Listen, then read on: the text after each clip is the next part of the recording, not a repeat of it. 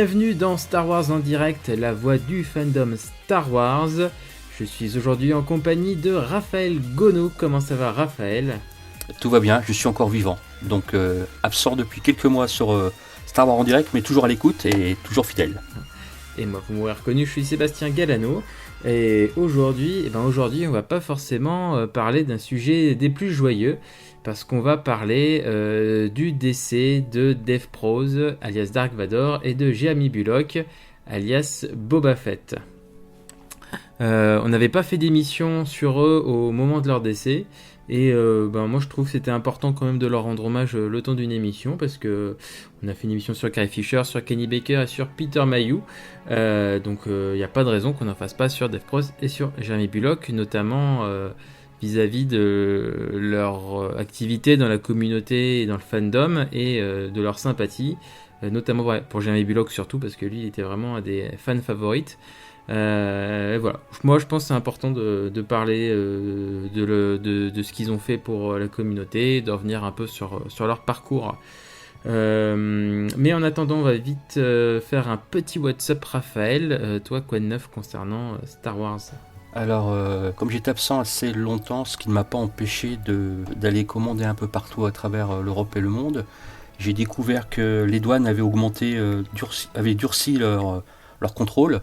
Donc je me suis retrouvé avec des prodeurs à 40€ avec 150€ de douane à chaque fois.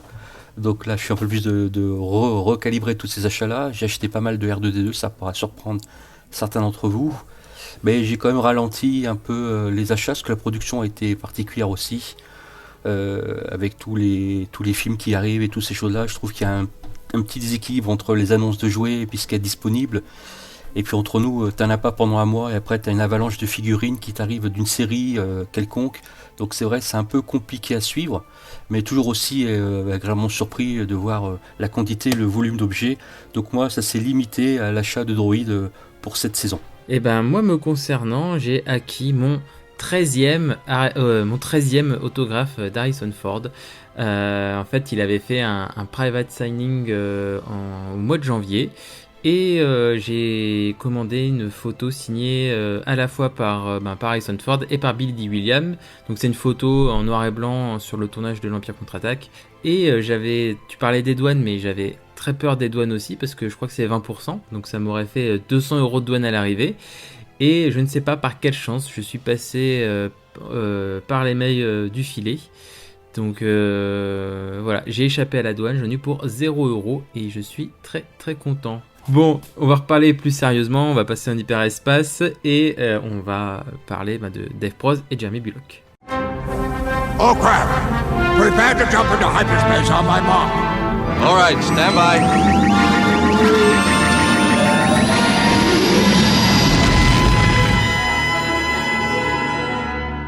Bon, et Raphaël, comme tu le sais, on n'arrête pas de se le dire entre nous lors des conventions, surtout quand on rencontre des acteurs de la trilogie originale, ils sont pas éternels. Et le mois de décembre a été assez dur pour la communauté, parce qu'on a perdu deux icônes à la fois de Star Wars mais de la pop culture en général, avec les décès simultanés de Dave Prose et 3 semaines plus tard de Jeremy Bulloch.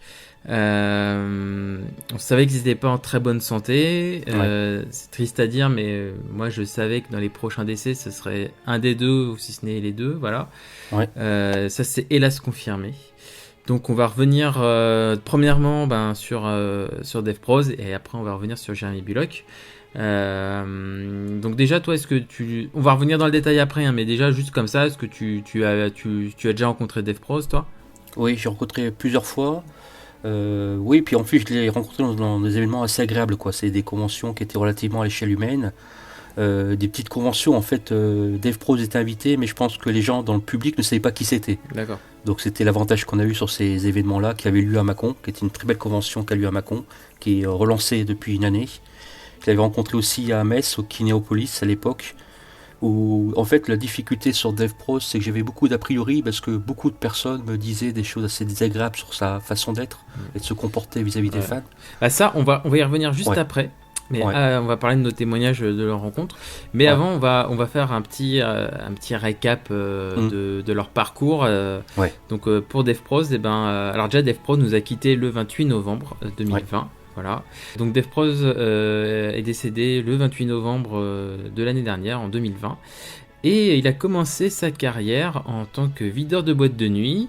Et après, il est devenu maître nageur. Et enfin haltérophile, où il a gagné plusieurs championnats que je ne vais pas vous citer parce qu'il y en a quand même une bonne liste. Ses premiers rôles au cinéma, c'était dans Orange Mécanique. En fait, il joue... Alors, je ne sais pas si vous avez vu ce film, qui est un chef-d'œuvre, mais qui est très très difficile à regarder, parce que c'est très très violent. Mais il joue en fait l'aide médicale d'un vieux monsieur qui a été victime de brigands, on va dire ça gentiment. Voilà.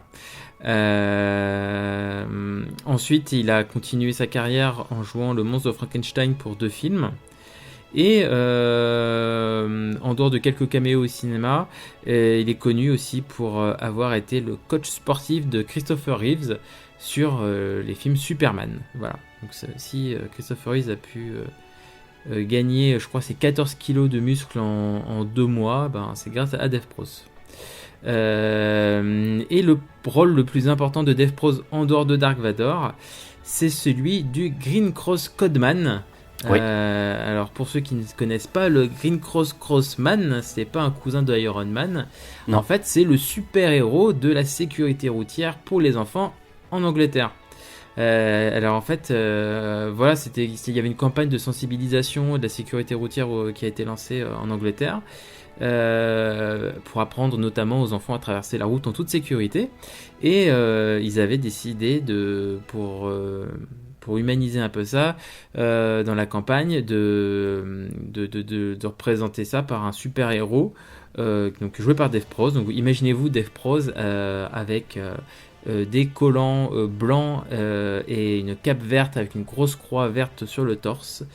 Et vous avez un peu le Green Cross Codeman. Et il a joué dans plein de spots publicitaires de prévention. Et il a visité pas moins de 700 villes en Angleterre pour sensibiliser les plus jeunes. Et il a admis que c'était le meilleur job de sa vie, en fait, ce rôle-là. Et pour ça, d'ailleurs, en l'année 2000, il a été décoré de l'ordre de l'Empire britannique pour ce rôle. Voilà. Ouais. Sacré bonhomme. Sacré bonhomme, voilà. Je vous invite à taper ce Google Green Cross Codeman, vous allez voir, c'est assez kitsch, mais bon, c'était vraiment pour la bonne cause. Il est impressionnant quand même, parce que c'est un sacré gaillard avec cette tenue-là. Quand tu voyais à côté les voitures, il faisait super humain, quoi. Il faisait surhumain par rapport c'était le but. Jean-Michel, oui. Ouais. Et lors de son audition pour Star Wars, en fait, George Lucas lui a proposé soit le rôle de Chewbacca, soit le rôle de Dark Vador. Il a choisi le rôle de Dark Vador parce que selon lui, en fait, on se souvient toujours du méchant dans un film. Voilà, plus que du sidekick d'un des héros. Et quel méchant. Et c'était le méchant, voilà. Oui, c'est le méchant le plus connu de l'histoire du cinéma. Le méchant, oui. Voilà, tout simplement. Et puis, ça n'a pas été tout rose le tournage de Star Wars pour DevPros. Parce que déjà, a priori, il a un peu exagéré ses talents de combattant à l'épée. Ce qui fait qu'on n'a pas eu un super duel entre Dark Vador et Obi-Wan Kenobi dans Un Nouvel Espoir. Et il a été, lui, de son côté, très très déçu du choix de George Lucas de remplacer sa voix par celle de James Earl Jones.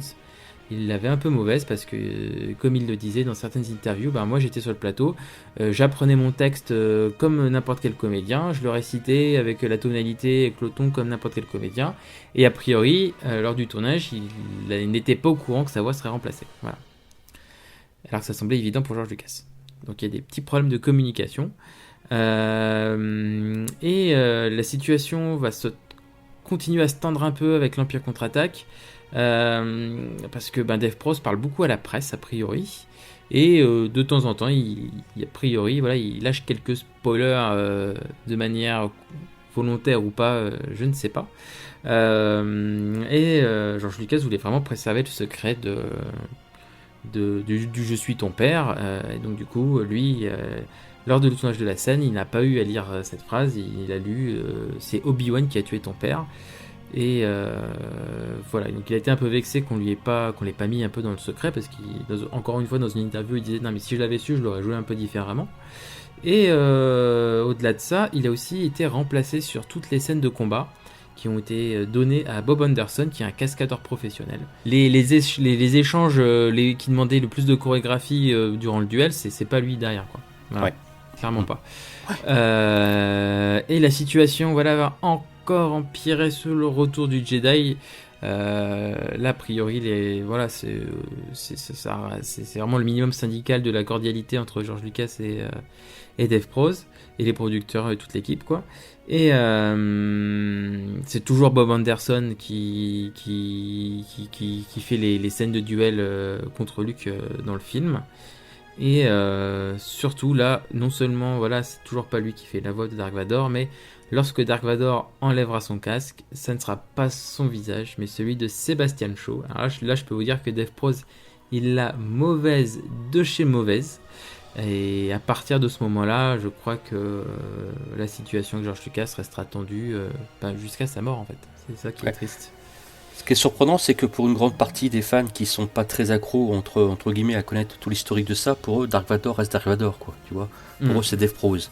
Alors que les ultras, ceux qui sont en convention, c'est pas Dark Vador, quoi. Voilà, il y a Hurley, il y a tous ces gens-là qui ont fait les voix, qui ont fait les cascades et tout.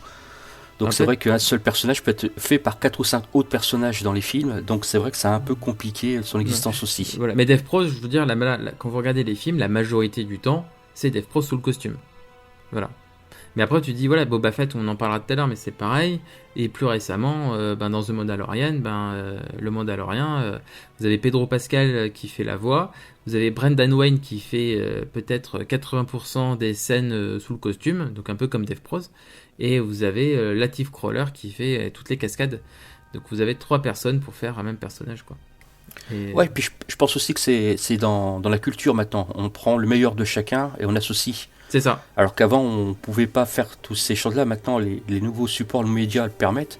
Donc on peut, à partir d'un personnage, prendre le meilleur de l'un dans la cascade, prendre le meilleur de l'autre dans la prestance et dans la mouvance, prendre le meilleur de l'autre dans la voix ou dans la chorégraphie.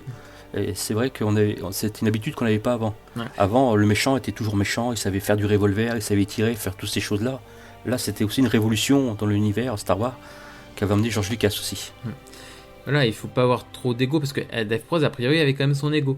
Et quand je vois par exemple Brendan Wayne qui joue 80% du temps le Mandalorien sous le costume, et ben il prend sur lui, parce que tout le marketing est fait autour de Pedro Pascal et pas autour de lui. Pourtant, Brendan Wayne, il a joué beaucoup plus le Mandalorien que Pedro Pascal. Ah mais tu vois, ça veut dire ce que je te dis, je pense que c'est culturel. Ouais. C'est que les gens, ils savent maintenant que c'est comme ça que ça se passe et qu'on a l'habitude. C'est comme les doublures corps pour les filles, dans certains voient comme elle est jolie, alors qu'en fait c'est une doublure corps qui remplace ses jambes, c'est pas ses vraies jambes ou toutes ces choses-là. Ouais. Donc à l'époque, je pense que c'était un peu gênant parce que c'était tout nouveau, mais je pense qu'au fil du temps, on va s'habituer et de plus en plus on va arriver à ce genre de, on va dire, de pléthore d'acteurs pour un même personnage. Pour faire, alors je pense pas qu'ils vont faire un acteur pour le bras, un acteur pour la jambe, un acteur pour tout ça. Oui. Parce qu'on va pas s'en sortir. Voilà. En tout cas, Dave Prose, les tensions entre Dave Prose et George Lucas se sont tellement tendues qu'il a fini par être banni des conventions officielles Star Wars en 2008, je crois, 2009. En tout cas, je sais que la dernière convention officielle qu'il a pu faire, c'était, il me semble, Star Wars Célébration Europe à Londres, donc la toute première. Hein. Je sais même plus s'il était à Londres. Il y était à Londres, parce que j'avais pris un autographe de lui. D'accord. Voilà. Donc moi, je me souviens de Mark Hamill, mais j'ai oublié Jerry Bullock. Mais Jerry Bullock et Dave Prose étaient là. Mais en tout cas, c'était le dernier événement, si je dis pas de bêtises, officiel auquel il a participé. Et lui-même comprenait pas trop, parce qu'il disait en fait, je suis Dark Vador, je suis un peu le méchant principal de toute l'histoire et je suis banni des événements officiels. Donc ok, d'accord, voilà. Ce que je peux comprendre, mais voilà, après je suis pas là pour dire qui avait raison, de George Lucas ou de Dave Prose. Moi je pense que il y a eu beaucoup de quiproquos entre les deux et que les torts sont totalement partagés, voilà. Je vais pas en défendre un plus que l'autre. En tout cas, en plus on n'a pas tous les éléments qui permettraient de dire tel ou tel avait raison. Ouais. Nous, ce qu'on voit, c'est que bon, ça s'est fait. Il n'y a pas eu trop de dégâts sur le film dans le Oui, film en voilà, lui-même. on le Donc ressent ça pas dans allait, les ouais. films, voilà. On le sent pas dans le film, quoi. Voilà. Après, il y a aussi un documentaire sur Dev Pros dont le nom m'a échappé qui est arrivé. En fait, c'est un réalisateur espagnol qui veut revenir sur cette histoire de pourquoi Dev Pros a été limogé de Lucasfilm. Il lui fait même retourner la fameuse scène où il retire le casque. Après, c'est un documentaire très intéressant, mais qu'il faut prendre avec du recul parce que il y a un vrai parti pris du côté de Dev Pros. Voilà. Il n'est pas du tout objectif. Donc, il met totalement sous silence tous les torts qu'aurait pu avoir Dev Pros. Voilà. Mais ça reste intéressant à regarder. J'ai plus le nom du documentaire, je suis désolé. Je cherche en même temps et j'arrive pas à le retrouver non plus, donc Voilà. honte pour moi. Il était sur Netflix il y a un temps. En France, il est plus sur Netflix, il est plus sur Netflix France. Peut-être qu'il est encore au Netflix québécois. Voilà, faut taper Dev Pros et puis faut regarder les résultats. Comme diraient les Québécois, ça perd les popettes. Ouais, voilà. Ah, on dit pas ça, les Québécois. Si, les Québécois, je sais pas s'ils disent ça, les C'est popettes, je suis pas québécois. Tout ça pour dire que Dev Pros a été aussi un des premiers acteurs à tourner en convention. Et notamment, je crois que les toutes premières conventions, il y avait une tournée en fait qui s'appelait The Men Beyond the Mask, donc dire les hommes derrière les masques, où il y avait notamment, il me semble, Peter Mayhew, Chewbacca, Jeremy Bulloch, Boba Fett, il devait y avoir aussi Anthony Daniels et Kenny Baker. Voilà, tous ceux dont vous voyez pas le visage dans les films. Ouais, en fait, c'est tous les acteurs anglais, en fait, on va dire. Voilà, c'est ça. Ouais. Et Dev Pros, on peut dire que des conventions, il en a fait pas mal. Toi, tu l'as rencontré en convention, tu nous as dit. Oui, moi je l'ai rencontré en convention, donc comme je disais, moi j'avais quand même beaucoup de choses un peu négatives parce que tout le monde me disait tu iras, c'est une personne qui est pas agréable, il est imbu de sa personne, il sourit jamais, toutes ces choses-là. Donc moi je crois que la première fois que je l'avais vu c'était à Kinéopolis à Reims, si je me trompe pas. Et j'ai été surpris en fait, parce qu'en fait c'est absolument pas ce qu'on m'avait dit quoi. Il était super agréable, super gentil, il discutait bien. On voyait que sa grandeur le gênait un peu parce qu'il a encore du mal à se déplacer, mais super agréable, vraiment accueillant quoi. Et je lui ai dit est-ce que je prends une photo avec vous, alors que tout le monde me disait c'est impossible d'avoir une photo avec lui. J'ai dû faire une dizaine de photos avec lui dans différentes positions où il m'étrangle, toutes ces choses-là, où jouait l'acteur, et ça m'avait un peu décomplexé de ce que j'avais pu entendre au préalable, où on me disait tu vas voir, c'est quelqu'un ici, il n'y a rien à secouer avec toi. Non, c'est pas un Peter Mayhew, c'est vraiment quelqu'un qui m'a surpris en fait, par rapport à tout ce qu'on m'avait dit au préalable. Donc, c'est vrai que certains ont peut-être vécu des mauvais moments. Moi, je l'ai rencontré après à d'autres endroits à Mâcon. Donc à Mâcon, là aussi, la personne très agréable, très bien accueillie, encore par Laurent, qui l'avait accueilli vraiment très bien avec son association. Le personnage est intéressant, on avait pu boire avec lui, manger avec lui. Vraiment quelqu'un, franchement, à l'opposé de ce qu'on a tous pu entendre. Oh, me dit peut-être que la vieillesse a fait qu'il s'est peut-être rééquilibré, pardon, pas rééquilibré, mais qu'il s'est assagi. Mais c'était intéressant de le voir parce qu'en fait, ce qui m'a vraiment surpris, c'est se rendre compte que c'est des humains comme nous, quoi. Et j'avais tendance à oublier, moi, à idolâtrer les acteurs comme étant des gens intouchables, vénérés et tout ça, pour me rendre compte que c'est des gens comme nous, avec les mêmes difficultés que nous, avec des problèmes et tout, personnels, les problèmes pour se déplacer par rapport à sa grande taille ou pour dormir, toutes ces anecdotes qu'il racontait en convention pour trouver des lits à sa taille. C'était assez folklorique, mais c'est là où je me suis rendu compte que derrière tous ces personnages, déjà il y avait des humains, voilà, c'était une chose. Alors des humains qui peuvent être très agréables comme d'autres désagréables, je ne reviendrai pas sur les désagréables, là plutôt sur les agréables pendant ces deux émissions, celle de Dev Pros et celle de Jeremy Bulloch, mais vraiment ce qui m'a vraiment touché, c'est que il a toujours été là, quoi. Je veux dire, à Mâcon, il est venu plusieurs fois à Mâcon, dans un petit village à Mâcon, parce qu'ils sont à peine 40 000 habitants. En France, il est venu au moins 3, 4, 5 fois, et il était vraiment super agréable, super gentil et tout, vraiment attachant, voilà, si je peux dire, ce qui peut surprendre certaines personnes. Nous, on avait un avantage quand même, je pense, européens et français, c'est qu'aux États-Unis, il allait rarement aux États-Unis. Nous, la chance de l'avoir, moi j'ai eu la chance de le voir énormément de fois en France, à Londres aussi lors des conventions. J'ai vraiment cette chance-là d'avoir pu voir Dark Vador à peu près une bonne dizaine de fois. Et à 10 fois, j'avais grand plaisir à lui faire signer des photos où on était tous les deux. Et c'était assez comique. Et je reviendrai sur une photo de Jeremy Bulloch après, vous voulez le voir. Mais c'était quelqu'un qui était, malgré tout, malgré ses difficultés, parce que là, je venais aussi qu'il avait de plus en plus de difficultés pour se déplacer, mais qui était une personne super gentille et agréable, quoi. Franchement, à l'opposé de ce qu'il a peut-être été les années avant. Voilà. Merci pour ce beau témoignage, Raphaël. Merci. Vous pouvez m'applaudir. Bravo. Merci, bravo. Moi, je l'ai rencontré, je sais plus, j'ai pas compté, mais je l'ai rencontré 4-5 fois, Dave Pros. Et une fois sur deux, il était très agréable, mais vraiment hyper gentil. Et une fois sur deux, c'était, on va dire, pas le plus agréable des personnages, mais bon, ça restait quand même plus agréable qu'une rencontre avec Peter Mayhew, qui a toujours été exécrable quand je l'ai rencontré. Mais oui, toute première fois, c'était au Collector Rendez-vous à Paris. C'était une des premières conventions de l'époque, dans les années 2000. Et je lui ai fait signer une figurine de Dark Vador. Et voilà, j'avais rencontré Jeremy Bullock juste avant, en fait, pour la première fois aussi. Et puis Dave Prose, voilà, c'était un peu plus bonjour, je prends ton argent, je te signe, merci, au revoir, suivant quoi. Ah, tu veux faire une photo, ok, d'accord. Alors moi, j'ai jamais eu de problème pour faire des photos avec lui. À chaque fois, il disait oui. Donc je me suis dit, ok, bon, c'est pas le plus sympa, mais voilà, c'était pas non plus un mauvais souvenir, hein, loin de là. Et il y a d'autres conventions plus tard à Paris. Super gentil, on a discuté, j'ai même pu lui faire une petite interview en vidéo, on a refait une super photo ensemble, très très agréable, très content d'être là, voilà. Donc c'était quelqu'un qui avait ses humeurs, qui était assez lunatique, qui pouvait apporter du très bon comme du passable, entre guillemets, en termes d'expérience fan, quoi. Voilà. Et la dernière fois que je l'ai vu, c'était avec QC. Et je m'étais dit, vas-y, profites-en, tant qu'il est là, fais-toi signer au moins 3 photos. Et c'est ce que j'ai fait. Et je regrette pas maintenant. Parce que voilà, comme on disait, les acteurs de la trilogie originale commencent tous à bien vieillir.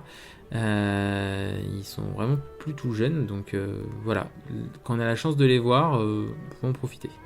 Pour regarder des petits souvenirs d'eux, je trouve. Et par contre, avec QC, je crois que j'avais déjà eu une photo de lui. J'ai 2 photos avec lui. Je m'étais dit, non, mais ne reprends pas de photo, t'as déjà une photo avec lui. Voilà. J'ai même pas demandé. Et puis aujourd'hui, je regrette un peu de ne pas avoir demandé. Pour revenir sur QC, je pense que c'était un fantasme de tout le monde que le voir à QC par rapport aux organisateurs, puisque Macron a eu la chance de le voir plusieurs fois. Et quand Dark Vador est arrivé à QC, il y a de ça, je crois pas si longtemps que ça, dans les années, dans les années, en même temps que je dis ça, ça fait 30 ans que je cours les conventions, mais c'était bien de le voir à QC aussi, parce que c'était une convention où il n'y avait pas l'habitude de faire, c'était vraiment une belle convention sur QC, et on sentait tous que c'était la dernière, tu vois, c'est triste de dire ça, mais vu le peuple qu'il y avait en plus pour les signatures, c'était agréable, et on avait trop peur que ce soit la fin, tu vois, de ces éléments-là, ce qui paraissait déjà relativement fatigué. Parce que justement, il a bien tourné en convention, Dave Pros, et quelques années après QC, justement, il a décidé, il a fait un communiqué comme quoi en fait, il avait assez donné pour les fans et qu'il arrêtait tout simplement les conventions. Parce qu'il était plus en état de les faire. Il continuait à vendre parfois des autographes sur son site internet, mais ça aussi, il a très rapidement arrêté de le faire. Et je le comprends parce que il a dû vivre facilement. Pendant 30 ans, il a fait des conventions tous les week-ends, quoi. Donc, à un moment, quand que t'es malade, que t'es plus en état, tu arrêtes, tu prends ta retraite. Hein. Et voilà. Et depuis son décès, d'ailleurs, il y a le prix de ses autographes qui a forcément grimpé. Alors, pas tant que ça. Pour vous donner un ordre d'idée, à QC encore, donc je crois que c'était 2012-2013. Ses autographes étaient à 20€. Maintenant qu'il est décédé, ça se trouve entre 50 et 100. Voilà. Donc, sachant qu'à QC, on fait attention que les autographes soient accessibles aussi. Voilà. Mais même dans d'autres conventions, il était à 30€ maximum. Quoi. Voilà. Ouais. À Macron, il était pas cher non plus. Hein. Voilà. En convention, je l'ai jamais vu au-dessus de 30€. Mais voilà, maintenant qu'il est décédé, forcément les prix augmentent. Mais c'est loin d'être un autographe rare parce que je sais pas, il doit y avoir des centaines de milliers d'autographes de Dave Pros qui circulent tellement il a fait de convention, quoi. J'ai une dédicace de Dave Pros sur une de ses photos où il marque les noms de mes 3 enfants, Mathias, Timothée et Gaspard. Je ne suis pas votre père. Ouais. Parce C'est qu'il est toujours le blague. Il écrit tout le temps, je suis votre père pour tout le monde. En fait, il écrit toujours Dev Pros is Dark Vador. Voilà ça. Ça montre que voilà, c'est vraiment moi. lui quoi. C'est lui. Ouais. C'est pas James Earl Jones, c'est pas Bob Anderson, c'est moi. Voilà. Et en dehors du retour du Jedi, d'ailleurs, petite anecdote qui me revient, c'est que il a pas été réinvité sur La Revanche des Sith pour jouer Dark Vador. Il avait même eu des mots un peu durs contre Hayden Christensen qui avait pris le rôle en mode il est bien mignon mais bon il fait pas ma taille ni ma carrure. Par contre dans les années 90 il avait repris le rôle de Dark Vador pour un jeu en VHS. Donc pour les plus jeunes, la VHS c'est une cassette vidéo qu'on mettait dans un magnétoscope et il y avait des jeux interactifs avec des cassettes vidéo. Voilà. Et pour le coup il y avait un jeu Star Wars comme ça et Dark Vador apparaissait et il était joué par Dev Pros. Ouais. Tu crois que tu sais ce que c'est qu'une VHS, les gens, en même temps que je dis ça? Je sais pas maintenant, moi ça me semble évident, mais maintenant je pense qu'il faut qu'on explique un peu quand même pour les plus jeunes d'entre nous. Voilà. Bon, parce qu'on enregistrait les programmes télé sur des cassettes avant. Voilà. Bon, on va faire une aparté sur autre chose, une autre fois. On dit mal, on va faire. Ouais. Je pense qu'on a fait le tour sur Dev Pros. Ouais. Je sais pas si tu as d'autres choses à dire à ce sujet. Si, j'aurais juste rajouté que c'est comme tout, je pense que certains ont passé des mauvais moments avec Dev Pro sur peut-être des conventions qui étaient plus liées à une histoire d'organisation, une histoire de personnes. Moi, pour avoir eu la chance de le rencontrer souvent sur Mâcon avec Laurent, l'organisateur, et puis mon copain Christophe de Magasin Toy Zone, c'était une personne qui était vraiment super gentille, on le chouchoutait, il avait plaisir à discuter, plaisir à venir. Il venait régulièrement en fait, hein, donc tu vois, tous les ans il venait. Vraiment pour dire qu'il avait évolué avec les choses, avec le temps, pardon. C'est vrai que je pense que entre nous dans le film personne lui a fait de cadeau, que ce soit George Lucas ou vice versa, l'un ou l'autre avec l'autre. Il y avait comme tu dis, des grands égos démesurés les uns les autres, mais je pense qu'on peut pas avoir d'ego démesuré sans jouer ces rôles là quoi. Dire que un mec comme George Lucas est obligé d'avoir son caractère pour pouvoir mener son film là où l'a mené, et comme Dev Pros a besoin d'avoir un caractère, un charisme tel que celui-ci pour jouer le rôle de Dark Vador aussi. Donc pour moi ça me surprend pas non plus. Voilà. Et pour moi aussi, tu vois, Dark Vador, ça restera pour moi Dev Pros parce que et James Earl Jones aussi quoi, mais Dev Pros c'est quand même, quand vous regardez Star Wars à l'écran, la plupart du temps c'est quand même lui qui est sous le costume, donc voilà, faut aussi rendre à César ce qui est à César. Et j'aurais envie de lui dire, s'il était encore là, c'est pas parce qu'on n'entend pas votre voix et que vous faites pas toutes les scènes que les gens ne savent pas qui vous êtes quoi. Je veux dire, dans la communauté, je pense que tout le monde sait qui est Dev Pros quoi, donc voilà. Je pense qu'on l'oubliera pas de sitôt. Voilà, comme on pourrait conclure, Dark Vador, c'est Dev Pros. Voilà. Entre autres. Voilà. Et maintenant, on va passer à un autre vilain casqué. C'est Boba Fett.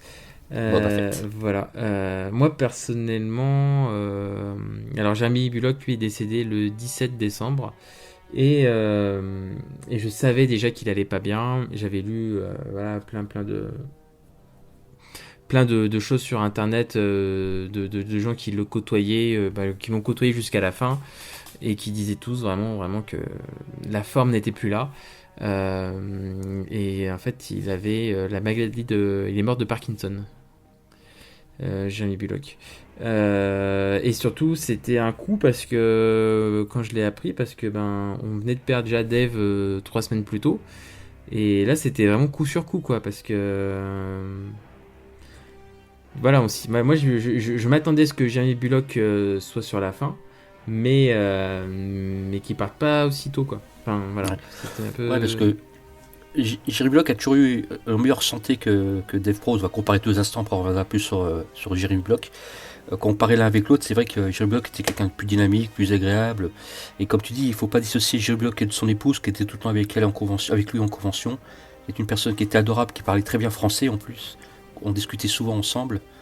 Parce que chez son péché mignon, donc j'ai ramené toujours des chocolats de chez nous, parce qu'on a eu la chance d'avoir des gros chocolatiers dans notre région, par rapport à leur renommée et leur nom. Donc j'ai ramené toujours du chocolat et on discutait souvent. Et Et surtout, il y avait nos amis anglais de je sais plus quel site, voilà, j'ai perdu leur site, mince alors, et qui s'occupaient de le transporter aussi pour les conventions Célébration Europe, où ils étaient déjà Parkinson à l'époque par des quêtes et tout, où il allait encore pas trop mal, mais c'est vrai que moi je l'ai rencontré, la dernière fois que je l'ai rencontré, c'est une convention je crois que c'est à Bruxelles, au Comic Con de Bruxelles, où il était sur une petite table, il était vraiment dans un état vraiment catastrophique physiquement, et il n'avait pas rendu en plus la chose agréable à la Comic Con. Il avait mis dans une petite pièce dans un mur avec une pauvre table en bois, quoi. Il n'avait pas rendu honneur à son travail, et c'est vrai que là on commençait à se rendre compte qu'il était déjà relativement fatigué.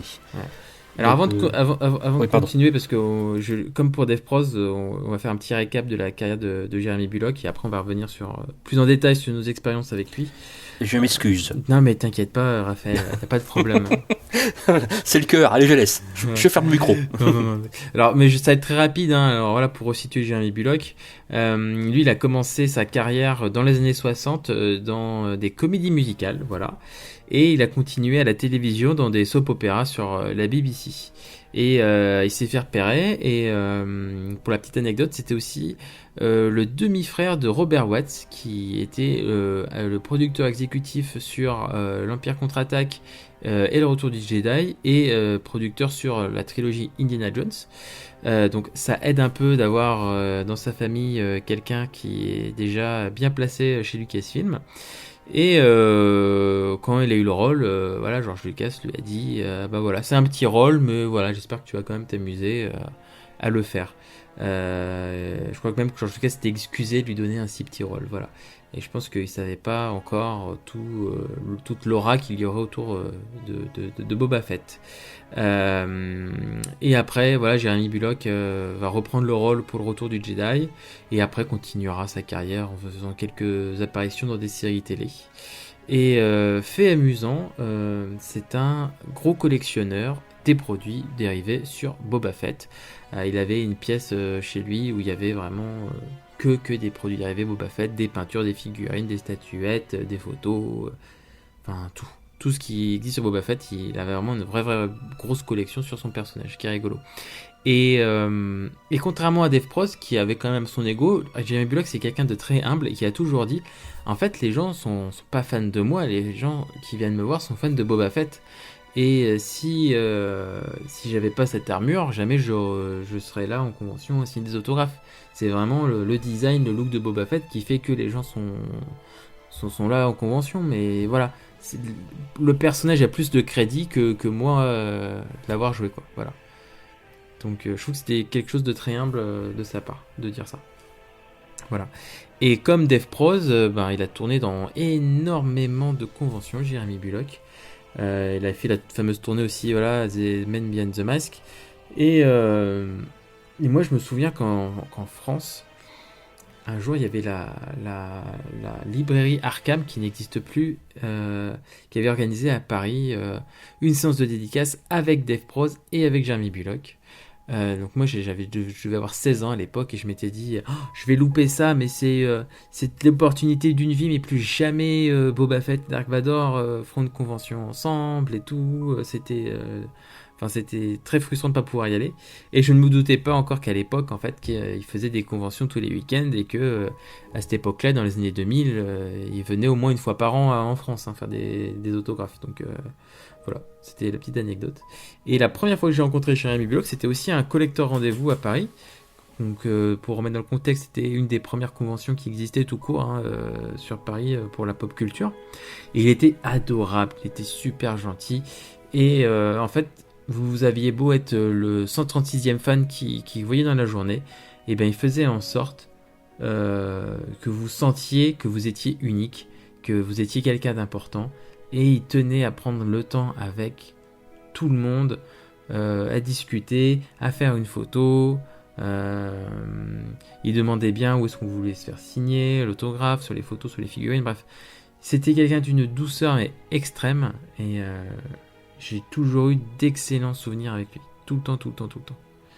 Je me souviens aussi, une petite décennie plus tard, j'avais été dans les Star Wars Célébration, Même si Jeremy Bulloch était un habitué des conventions, mais vraiment, il passait sa vie entière à faire des conventions, c'est comme ça qu'il gagnait sa vie.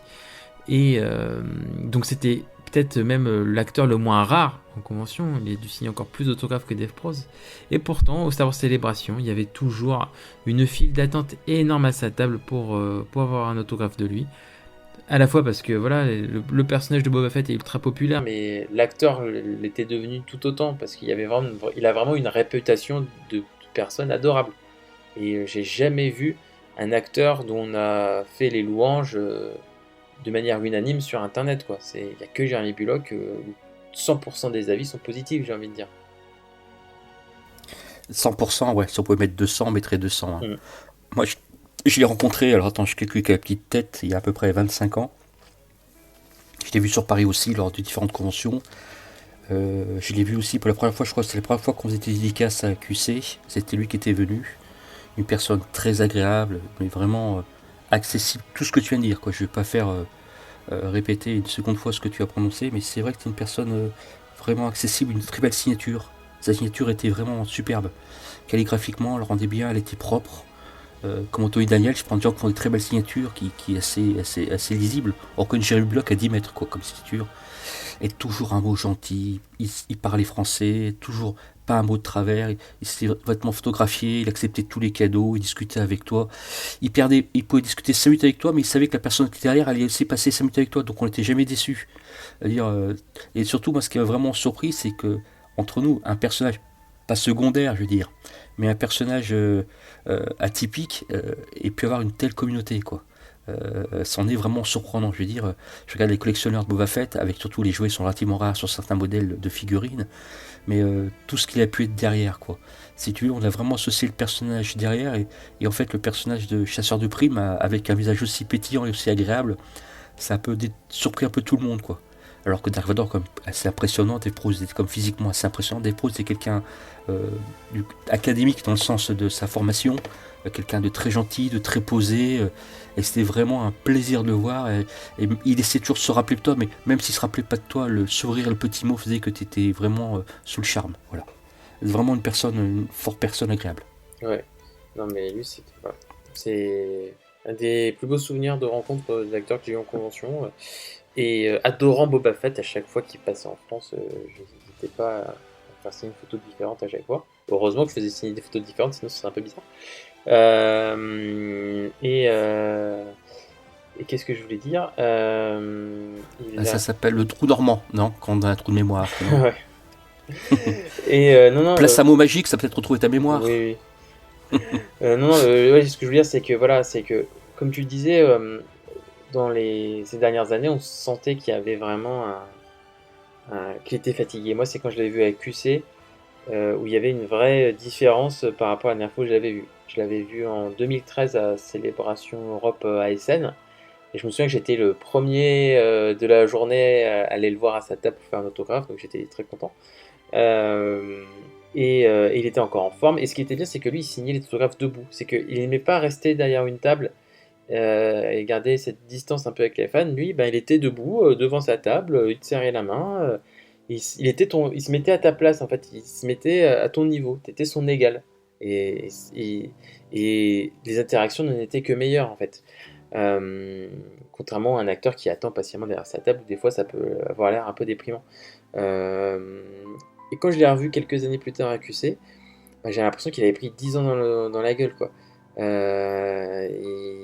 était de retour derrière sa table, mais parce que tu sentais que physiquement c'était peut-être compliqué de rester debout toute la journée. Et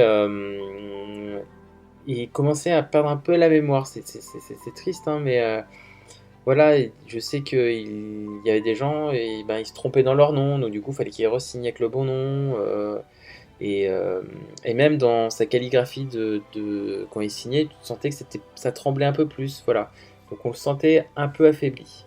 Donc du coup là, j'ai pas fait la même erreur qu'avec Dave Pro, c'est que là je vais reprendre une photo avec lui quand même au cas où ce soit la dernière fois. Il s'avère que c'était la dernière fois d'ailleurs, c'est ça qui est triste. Mais après, voilà, je crois qu'il a continué les conventions pendant encore un an. Et après, il a pris la décision, comme Dave Prose, d'arrêter de faire des conventions parce que son état ne le permettait plus. Il avait par contre toujours son site où on pouvait se procurer plein de photos autographiées par lui. Moi, je m'en étais pris une sur son site, sur une photo que j'avais pas encore il y a un an environ. Et j'ai bien fait parce que le site a dû fermer un mois plus tard. Et parce qu'il était même plus en état de signer des autographes, quoi, même de chez lui. Et voilà, donc un peu moins d'un an plus tard, il est décédé de Parkinson. Voilà, lui, c'est vraiment, ça m'a fait un coup. Plus que pour Dev Pros, plus que pour Peter Ouais. Mayhew. Parce que Peter Mayhew, de toute façon, c'était pas quelqu'un que j'aimais, mais voilà, plus que. Limite Ouais. autant que Carrie Fisher, quoi, tu vois. Ah, tu vois, c'est les personnes comme avec Richard Le Parmentier, avec des personnes qui ont été très accessibles avec les fans, qui, au-delà de l'aspect mercantique des choses, pouvaient tirer un trait et faire autre chose après, discuter avec toi, boire un coup tranquillement. Et surtout, ce qui m'a vraiment fait plaisir dans ces choses-là, c'est le respect des fans vis-à-vis de ces personnes-là. Par exemple, quand tu vois, moi je me souviens qu'on allait à, c'était Convention Europe le deuxième à Essen en Allemagne. Dans l'hôtel où on était, ils étaient tous là, quoi. Et tu voyais qu'ils étaient tranquilles, buvaient tranquillement, et aucun fan qui les agressait. Et c'était vraiment, comme on savait qu'ils étaient accessibles lors des conventions, on n'allait jamais les embêter après. Voilà. Alors que quand tu avais un Mark Hamill qui traînait, tu avais 600, 800 personnes qui couraient derrière, quoi. Donc je comprends pourquoi ils se faisaient rares aussi. Et Dev Pros avait cette facilité à être accessible dans tous les sens du terme. Dev Pros ou Jeremy Bullock? Jérémy Bullock, Oui. pardon. Tu vois, j'ai commencé à perdre les mots. C'est l'âge aussi. Faut que t'arrêtes Et les conventions, Raphaël. Ouais. Bah là, j'ai arrêté depuis 2 ans. Comme tout le monde. Malheureusement. Oui, malheureusement. Ça, c'est encore un autre sujet, ça. C'est encore un autre sujet. Tu me fais pleurer. Non, mais bah, tu vois, tiens, je vais embrayer là-dessus, mais voilà, ça veut dire, c'est que le jour où les conventions seront de retour et qu'elles inviteront potentiellement des acteurs de la trilogie originale, allez-y, hein, parce que ouais, c'est ça. vous savez pas quand est-ce que vous allez les revoir ou si vous allez les revoir. Tu sais, je vais dire une chose, moi, je les ai vus 20 fois et certains. 20 fois, j'ai fait la queue pour un autographe. Pourquoi? Bah, déjà, c'est pour le respect de la convention. Parce que la convention t'a fait venir un gars. Voilà. Et puis les 20 euros que tu donnes ou les 30 euros que tu donnes, c'est aussi bien pour la convention que pour la personne qui l'a fait venir, que pour l'acteur. Voilà. Et si tu donnes pas ça, les gens arrêteront de signer. Et après, tout le monde dit oui, c'est toujours trop cher. C'est toujours trop cher quand on paye, jamais c'est cher quand on vend. Mais surtout, c'est quelque chose qui vous est propre, quoi. Même s'il a signé 1000 fois la même photo, oui, mais c'est votre photo à vous, et vous la faites devant vous. Voilà. Et j'insiste vraiment où il n'y a pas de petits acteurs, quoi. Tout le monde a besoin de manger, et quand je vois tous les acteurs qu'il y a dans la trilogie à faire signer, profitez-en, parce que malheureusement, n'oubliez pas que quand on a vu les films, moi j'avais 7 ans, eux ils avaient déjà 25 ou 30, donc ça va vite malheureusement partir. Voilà. J'espère que Mark Hamill restera encore bien là pour 2 cons. Regarde au final, qui c'est qui reste dans la trilogie originale? C'est vrai. Il reste Mark Hamill. Hamill. Il reste Anthony Daniels. Ouais. Voilà, il reste Harrison Ford. Ouais. Alors moi j'espère pas me dire à quand Harrison Ford, hein, parce que qu'il puisse rester le plus longtemps possible. Hein. Ouais. Sinon on va tous être en union de prière en mode. Non. Alors, Billy Williams, qui a 83 ans cette année. Hein. Ouais. Je dis ça, je dis rien. Oh ouais. Et quand je l'ai vu à Chicago en 2019, il était pas non plus au top de sa forme. Je dis ça, je dis rien non plus. Après on a qui? On a du côté des méchants, on a Ian McDiarmid. Ouais. On a, et dans les personnages plus secondaires, on a encore par exemple Julian Glover, Kenneth Coley qui joue Piet. Après tous les acteurs qu'on a je fais un peu de pub sur Little Box en ce moment, là on fait signer. Oui. Alors ce sera fini quand on aura diffusé l'émission, mais c'est vrai qu'il y a souvent des signatures, ouais. Donc là oui, donc, du côté des personnages secondaires, Back in Box a fait signer déjà alors l'acteur de Big Fortuna, j'ai plus son nom. En ce moment c'est Dermot Crowley qui joue Krix Madin, il y a Tim Rose qui joue le Miracle Akbar. Voilà, donc bon, dans les personnages secondaires, il y a encore, allez, je vais te dire, je pense qu'il y a une vingtaine d'acteurs qui tournent encore au niveau des personnages secondaires. Même si voilà, le plus populaire d'entre eux, Boba Fett, n'est plus des nôtres. Et dans les personnages principaux, regarde, les personnages principaux, on les compte sur les doigts d'une main. Tu as Mark Hamill, Harrison Ford, Ian McDiarmid, Anthony Daniels. Et c'est tout. Après, c'est vraiment que des rôles secondaires. De Qu'est-ce qui a fait que ces acteurs comme Boba Fett soient devenus iconiques? D'ailleurs, ça m'a toujours surpris. C'est Qu'est-ce qui l'armure, a fait... c'est le style du personnage, Ouais, tout le mystère qui l'entourait, voilà. Faut ouais, dire que Boba Fett, il est super cool au niveau de l'armure. ouais. Et ça suffit à vendre des jouets. Et moi, j'étais le premier petit à vouloir sa figurine en priorité parce que il était trop cool, quoi. Voilà. Mm. Et c'est con, hein, mais comme le disait Jeremy Bulloch, hein, je pense qu'on était plus fan du personnage que de l'acteur. Mais après, quand Ouais. tu connais l'acteur qui est derrière, Mm. tu apprécies autant les deux, quoi. Ouais.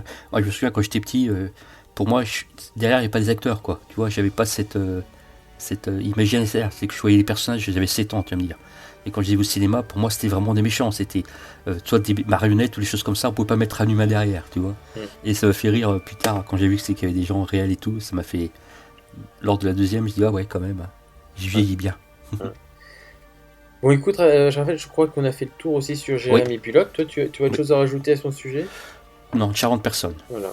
Et ben en tout cas, si quelqu'un aussi a quelque chose à rajouter à son sujet, c'est notre ami Fabien qui a pas pu se joindre à nous ce soir, mais qui voulait quand même laisser son témoignage Oui. envers Dave et Jérémy, parce que il a pu les côtoyer à QC, vu que il fait partie de l'organisation des Héritiers de la Force.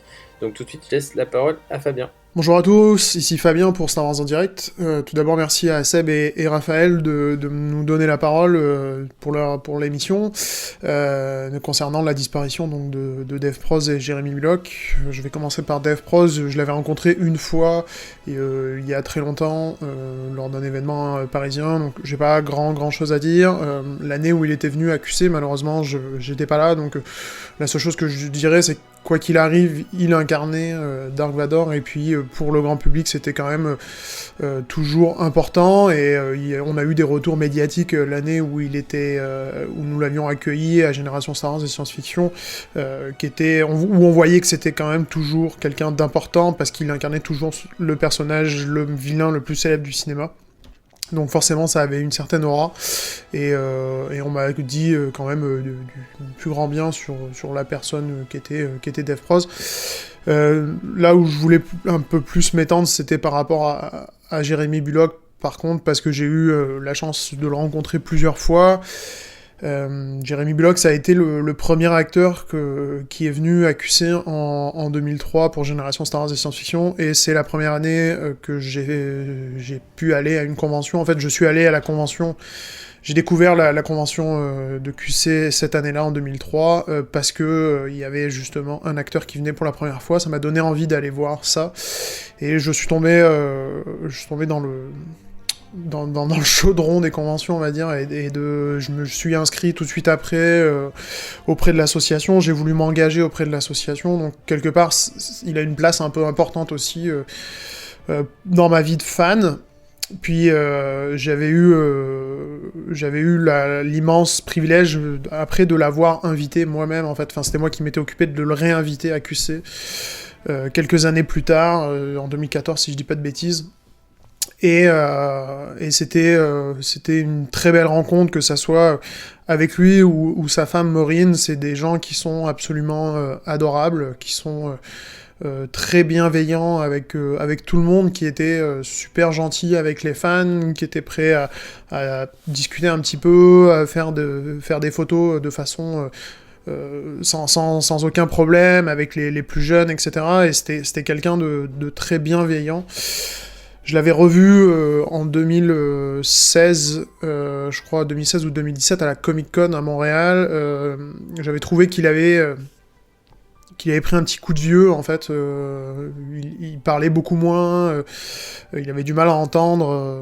Ça m'avait fait beaucoup de peine à l'époque, et je trouve que c'est tout à son honneur qu'il avait, peu de temps après, annoncé qu'il arrêtait les conventions, avant qu'il soit dans un état trop fatigué ou trop pénible pour les conventions. Quoi qu'il arrive, c'était quelqu'un que j'appréciais beaucoup. C'est probablement un des guests qui m'a donné la disparition d'un des guests qui m'a donné le plus de peine, avec probablement Carrie Fisher pour ce qu'elle représente. Donc voilà, je voulais dire un mot pour lui. C'était quelqu'un que j'appréciais beaucoup en tant qu'homme et en tant que personnage au sein de la communauté, et, au sein du monde des conventions de Star Wars et d'autres. j'ai une pensée pour Maureen, sa femme, et pour lui. Voilà. Merci à vous. Voilà. Eh bien, écoutez, Raphaël, je suis ravi d'avoir pu faire cette émission Ouais, ça fait du bien. avec toi. Je pense que c'était important, voilà, de parler du décès de ces deux légendes de la saga Star Wars. Je pense qu'hélas, ce sera pas la dernière émission qu'on va faire comme ça, mais j'espère que la prochaine, ce sera Le plus tard possible. le plus tard possible, effectivement, et surtout pas sur Harrison Ford. Ah non, surtout pas. Surtout pas. Qui a 78 ans, qui se porte très bien de toute façon. Voilà. Écoute, on va remercier rapidement nos partenaires, à savoir siteclan.net, planetstarwars.com, starwarsuniverse.com, mightyinbox.net, le Space Trash Show, Star Wars Geeks Québec, Génération Star Wars et Science-Fiction, et Star Wars Holonet. Raphaël, on se retrouve bientôt pour une émission collector, parce que ça fait longtemps qu'on n'en a pas fait. Ouais, ça fait un petit moment et je m'en excuse encore. J'expliquerai tout ça lors du collector, Non, le mais petit problème que j'ai eu. Et puis il racontera tout ça. Moi aussi, Parce qu'on a tous les deux. On a tous les deux un Gaspard, c'est ça? On a tous les deux un Gaspard à la C'est pas- maison, voilà. Un Gaspard à la maison. Voilà, on a tous les deux un petit Gaspard et les petits Gaspards, il faut les gérer avant de gérer les podcasts. Hein. Voilà, c'est et moi j'ai un grand prioritaire. géré aussi, prioritaire. Voilà. Bon, on embrasse nos femmes? On embrasse, oui, voilà, on embrasse nos femmes, on embrasse nos Gaspards. Ouais. On vous embrasse tous. Avec grand Puis, plaisir. Voilà, que la force soit avec vous. Avec vous. Ciao. Ciao.